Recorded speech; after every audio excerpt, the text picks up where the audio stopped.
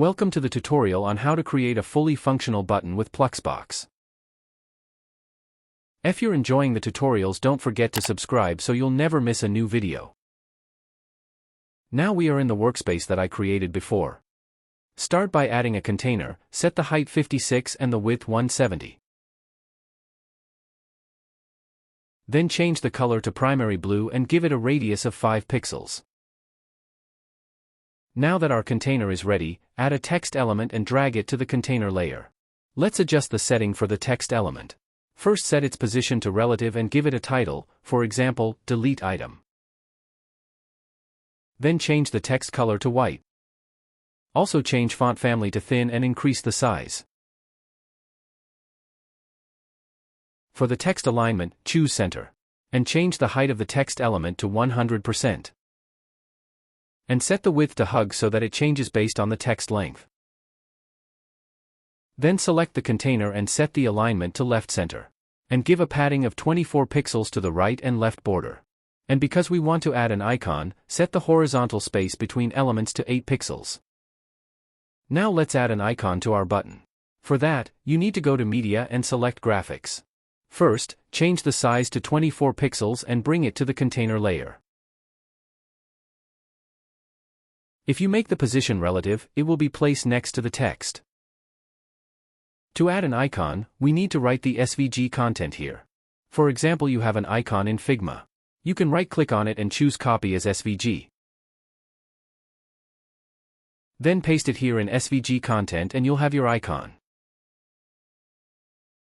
Now that our button is ready, select all the layers and click on Create User Component. I'll name it Fill Button. Now, if you double-click on it, you go inside the component page.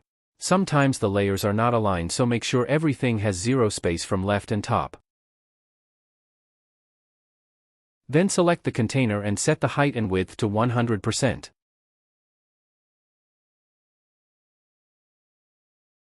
Inside the component, you can add logic blocks to make it functional.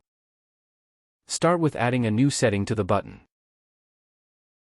This is for button caption, so I name it caption and set the type to text. Then select the text element and connect the block to the value attribute of the text element. Let's add another setting block for changing the background color. Name it background. And set the type to color with a default blue color. Select the container and connect the block to the background attribute of the container. The next setting can be for the text color.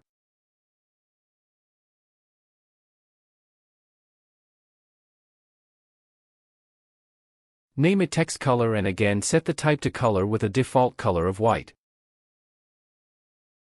As you know, we then connect the block to color attribute of the text element. We also want to be able to change the icon, so add another setting block. Name it icon and set the type to text. Select the icon layer and connect the block to the SVG content. Now that we are done, let's go to the workspace. If you select the component, you will see at the end of the setting column there are the new setting.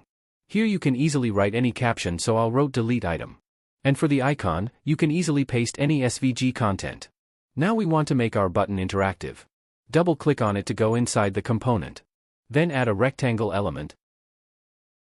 Name it interaction layer and bring it to the container layer.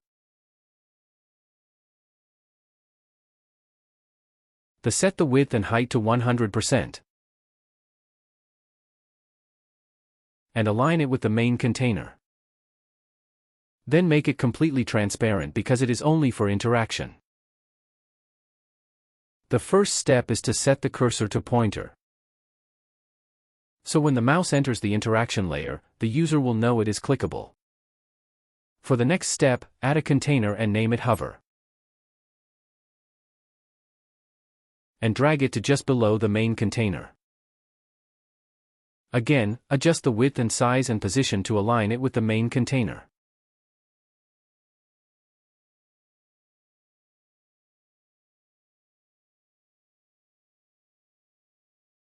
The goal is to make the color change by hovering, so choose the black color with the transparency of 12%.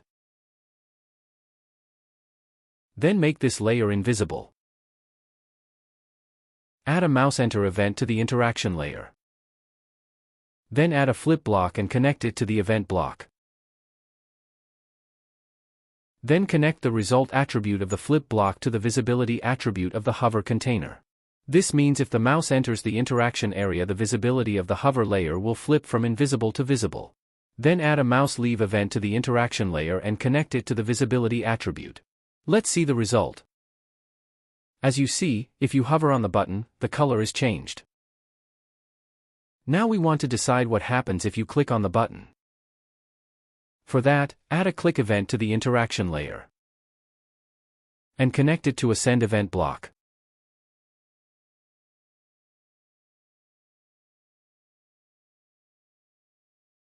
I will name it click on the button. Now if you go to the workspace, you can add this event to the component, which is a click event. Search for notification dialog and connect it to the event block.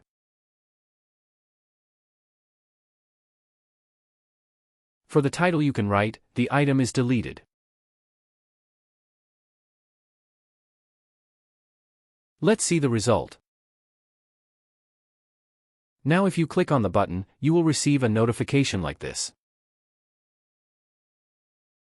You have a fully functional button component now, so you can change its setting for a different usage. I will change the color to green and the caption to add an item. And according to that, I will change the icon with another icon.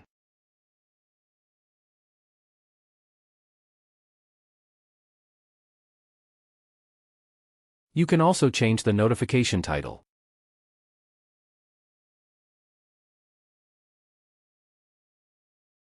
As you can see, by creating a component, it is way easier to design any user interface. When you create a component, you can find it below Workspace component and you can use it again in your design. An important point is that you need to pay attention to the order of layers inside the component.